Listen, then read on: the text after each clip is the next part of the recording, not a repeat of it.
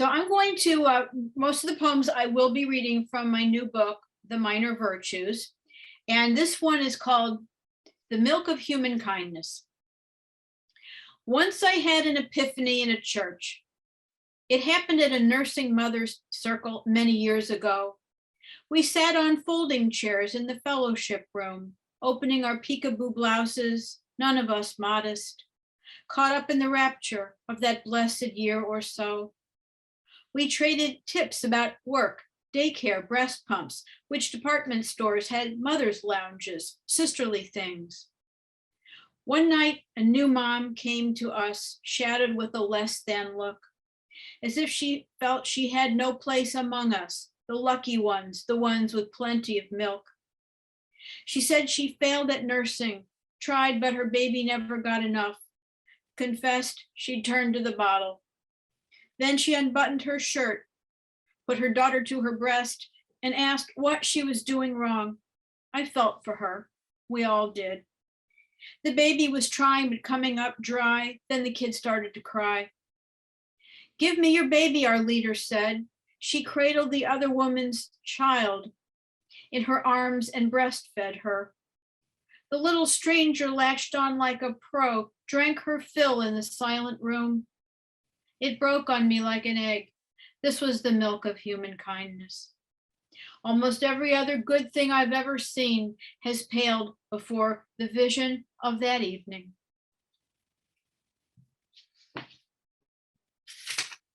Now, here's hoping that the Omicron variation is nothing more than a weaker cousin of the first COVID and Delta and all that stuff.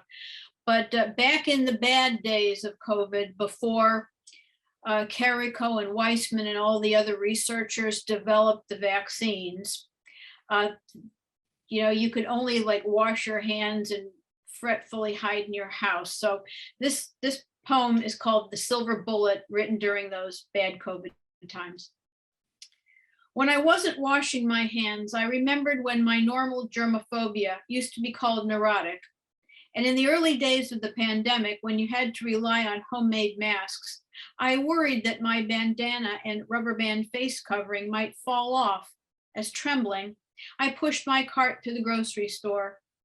And what if I could not keep from scratching the itch on my forehead, or if I accidentally touched virus surfaces after I'd pulled off my gloves? When I wasn't washing my hands, I struggled to live with my adult children and they with me, hoping that we would come out of this loving each other more, not less. When I wasn't washing my hands, I reminisced about happy hour with the girls, cocktails and half-priced appetizers, wearing cologne and a nice blouse, going to work for crying out loud. I watched a lot of TV news when I wasn't washing my hands. In the midst of the catastrophe, I cheered the clearing air over Delhi, Seoul, Los Angeles, and New York. I went for a hike. I was so happy to be outside that I waved to strangers, then saw by my footfalls half-pint booze bottles, wads of fast food wrappers, a dozen orange pill bottles, and 3 syringes. I thought of laboratories, bats, ventilators, and corpses shelved in refrigerated trailers, the morgues and funeral parlors full, and some of the poor laid to rest in mass graves. When I wasn't washing my hands, I thought of exhausted doctors and nurses toiling in the hospitals, recalled Dr. Rieu and his helpers in The Plague, Camus' great novel of resistance. I debated which was better, to stay at home during the shutdown or volunteer like those citizens handing out bags of food to the suddenly unemployed. When I was washing my hands, I drove myself mad with the happy birthday song. But that started to sound sarcastic, so I switched to the William Tell overture, the theme of the Lone Ranger. I saw the masked man and the wise Tonto galloping in to stop the bad guys. The Lone Ranger had a silver bullet, and so did Jenner, Pasteur, Ehrlich, Sabin, and Salk. I wondered which masked researchers would ride in to save us. I watched for them on the horizon as they raced against the clock.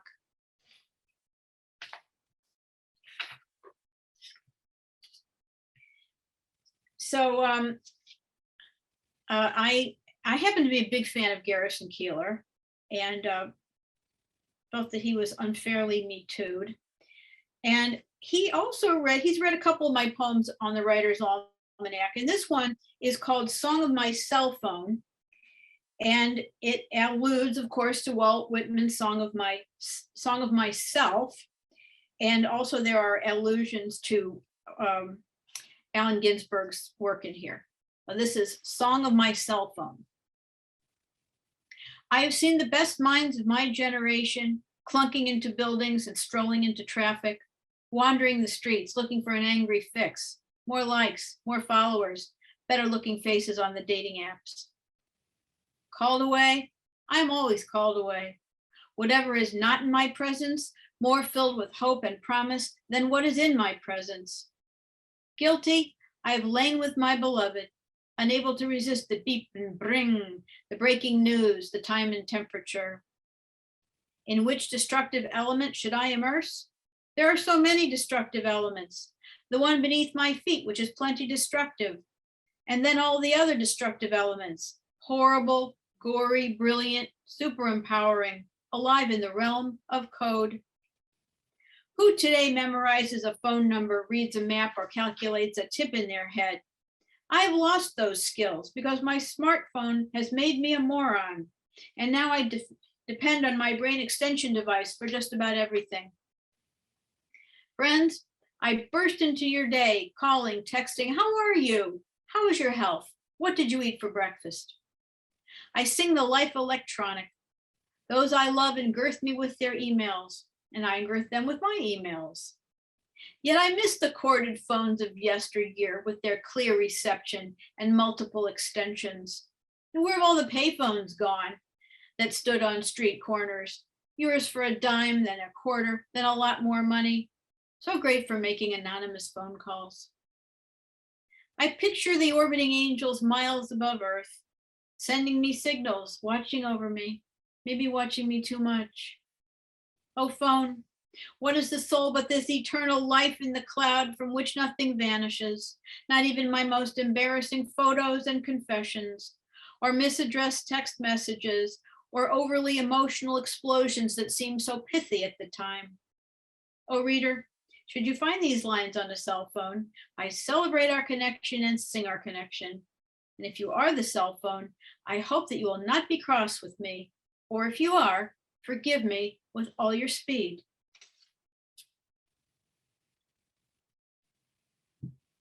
So I do have, thank you. I do have fun with allusions. And so the next one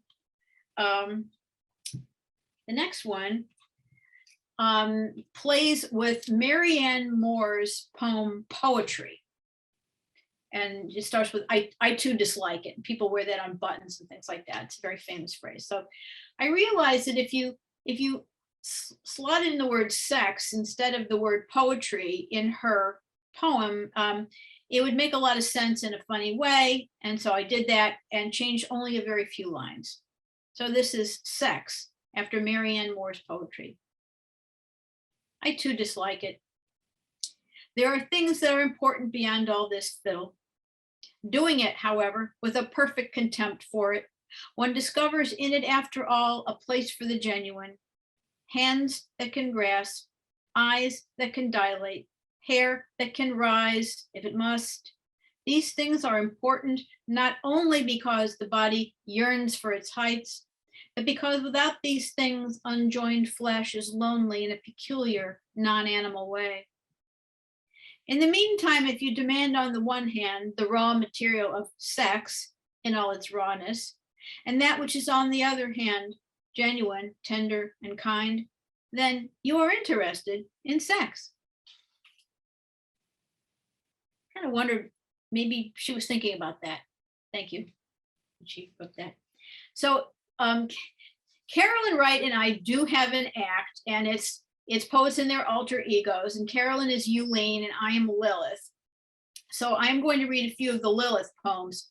So many of you might already know about Lilith, but just as a refresher, she's a non-biblical figure said to be the first wife of Adam. Now, her roots are very, very ancient. Somehow, the Lilith legend found its way into rabbinic lore. And in this other retelling, she becomes not only the first wife of Adam before Eve, but someone who was a little too assertive for Adam in the bed and in other places. And so they divorced, and she became an evil spirit flying around the universe, having sex with men in their sleep and causing the deaths of babies. And I do feel that she's been given a bad rap due to misogynistic tendencies. So I and others write about her and seek to rescue her and give her her due. So I'm going to start off with a limerick. Lilith and Adam. Lilith refused to lie below Adam in their bungalow. At last she fled their frustrating bed, and for better or worse, flew solo. So that's Lil in a nutshell. But there's more. So this next poem, Lilith the Scribe, deep thanks to Carolyn Wright, who worked with me on revising this poem and then published it in Artful Dodge. So again, Carolyn, super thanks. This is, again, Lilith the Scribe. After the divorce from Adam, Lilith lived as she pleased. She let her hair stream wild as the river reeds. She put on a little weight, but no one carped about her hips and thighs. She took lovers, turned with them on the airy sheets of night, though the hands of day sundered every bond. People couldn't decide whether she was a witch or an enchantress, whether she was to be hated or loved, worshipped or hanged. Loved she was lonely, scorned she was lonely. She took to sitting on a broken column where she spun romances in which man heroes slew giant scorpions and made armor of their chitin, in which woman heroes whacked vipers and made their skins into shoes and handbags. How well she understood the pounding heart, the quaking hand, the cold eye. She shaped bloody deeds into golden legends where justice was served, but only after much chopping and boiling. People who wouldn't invite Lilith to tea gathered around her broken column. They wanted to know more about the armor and the handbags, the mighty who made them, the lives of the rescued. But memory could be as sand. Lilith, the people said, who will tell these tales after you? What of the ears of our children? Lilith knew that she would live for thousands of years, which was a lot of sand down the hourglass and a lot of stories to forget. So she prevailed upon the scribes to teach her how to press her stories into clay. It was a hard sell. Favors had to be traded. After a number of ancient evenings, she found a few scribes who had some respect for reciprocity, and these few were to her as bread and salt. Lilith's tablets piled up, surely to be read for all time, but after a couple of centuries, people stopped reading Sumerian. Akkadian was the next big thing, then other tongues and alphabets. Lilith kept up the changes, wrote on scrolls of papyrus, parchment. In time, her stories appeared in codices, then bound books printed on paper. Oh, paper, sublime invention, solid surface in which a thought might land. Now Lilith finds herself without clay or stylus or quill or typewriter or ballpoint pen, without paper. She sits before a keyboard and screen, all of her imaginings, her hero tales, turned into little flicks of light, hovering at the mercy of a solar storm. Every so often, Lilith aims to reread what she has written, but who has the time to spend going backwards? All is so horribly fast and new, so much swept away by the broom of time.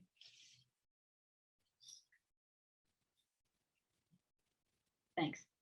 So Lilith is lonely, she's divorced. So this is Lilith tries online dating.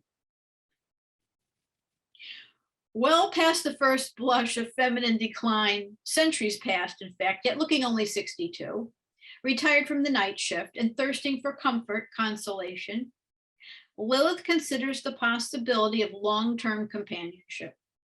She yearns to be half of an old couple, to live with a man tolerating his habits with an annoyance close to affection, trusting that he will endure her with similar warmth. Incessant as the ocean waves, this need laps at her feet. For pity's sake, her latest crop of girlfriends has died or gone to Florida. The road ahead blurs, arthritis rusts her gears. Worst of all, those pratfalls into the pool of forgetfulness and the attempts to laugh them off. So Lilith does what other single women do. She signs up for an online dating service, a Jewish one, an odd choice for one to whom the tradition has been cruel, maligning her as the witch of midnight sex. But the great chain of Jewish being means something to Lilith. She is stubborn that way, even though she knows that there are many fine Gentiles out there and everyone is mixing nowadays. She uploads a fairly recent photo, lists herself as divorced, no children, lies about her age, posts a profile that makes no mention of her lusty past, no clue that her fountain has run dry. Soon the flirts, the looks, the messages pour in. Hope begins to peck its way out of its tough shell. She feels like a woman again. And this is how it unfolds. First date, coffee, during which the fellow goes on about himself. Second date, pizza. Here, various warning lights flash on the get to know you dashboard, but these Lilith chooses to ignore. Third date, dinner, following which the guy requests sex or a timeline for same. I'm a guy, Steve or Jeff says, his denim bumping up against her. But as soon as she tells Steve or Jeff that she doesn't want to rush, it's goodbye and good luck. Lilith knows that a man's desire surges, but his days are few. She, on the other hand, will live for generations. She prays, not really believing in divine intervention, that in a generation to come, a man might invite her for a third date, demanding nothing, a fourth date, demanding nothing, a fifth requesting the same nothing. Finally, out of gratitude and relief and a sense of being understood, she will fall into his arms. He will comfort and console her, as she will comfort and console him. And then perhaps the fountain play again in the desert of all those years. And I think I will conclude. I will conclude with a love poem. And this is the consummate hour, and it is a rondel. So it has a series of repeating refrain lines that cycle through this poem in a very specific fashion. The consummate hour. In the ghostly consummate hour, when your body's next to mine, we rest as tree and troubled vine, mulling the likely horror of never having found each other. Never finding happens all the time. In the ghostly consummate hour, I like your body next to mine. The lost years will never be ours, but we won't dwell on that. We'll find our autumn as gold as springtime. We'll live like bees and flowers at home in our consummate hours. Thank you. Thank you for listening. Thank you very much.